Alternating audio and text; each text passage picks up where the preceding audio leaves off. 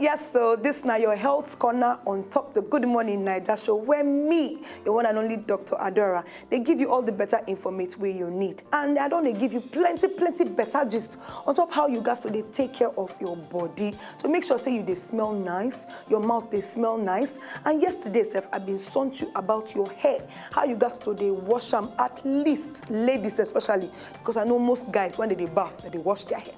At least 2 weeks, every 2 weeks you understand, may not pass like that. But different people get different, amount of time where they're supposed to wash their hair. Because sake of say, some people, their hair, they're very oily, while some people, they not get plenty natural oil for their hair.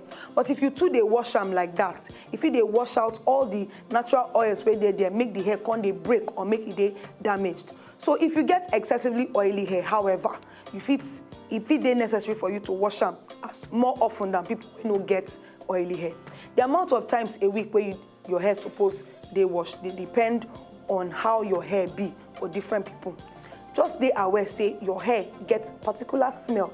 So you got to pay attention to them, especially when it gets very oily. So keep a check on your hair to assess how often you should wash it.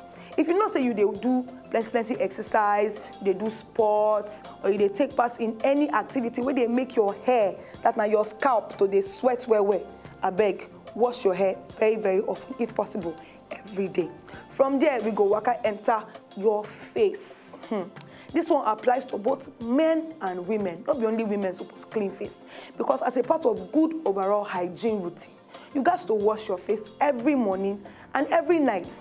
This one, they help to remove all the impurities within your face throughout the day.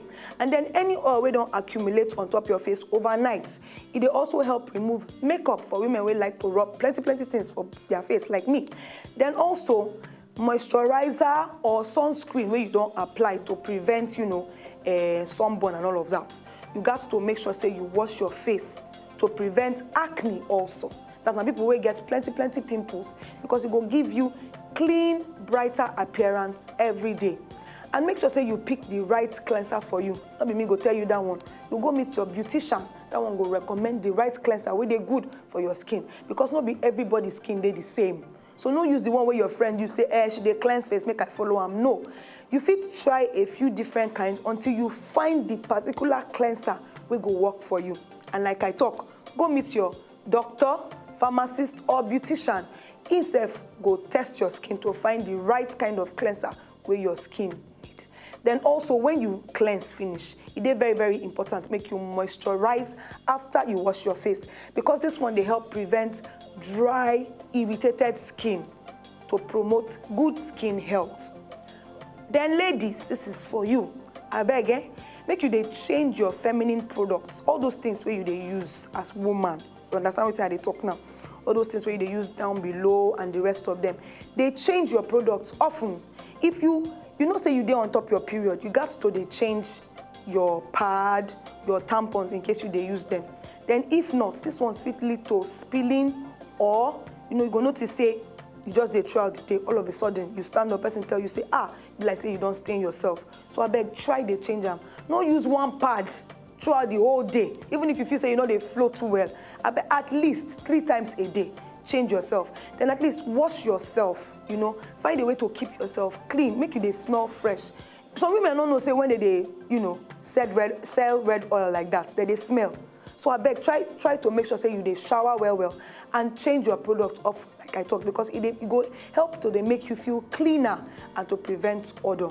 Then if you find out say you they smell, maybe it be like say people they dodge you during your period, you get some kind feminine deodorizing sprays where they don't specifically design for situations like this.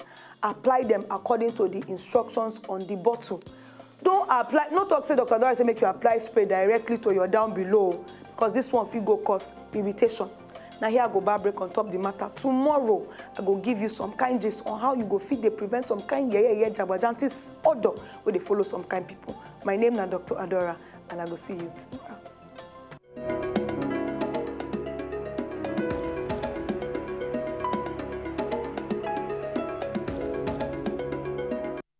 If you know, just enjoy the video they want to just watch, make sure sharply subscribe to our channel. Not darling.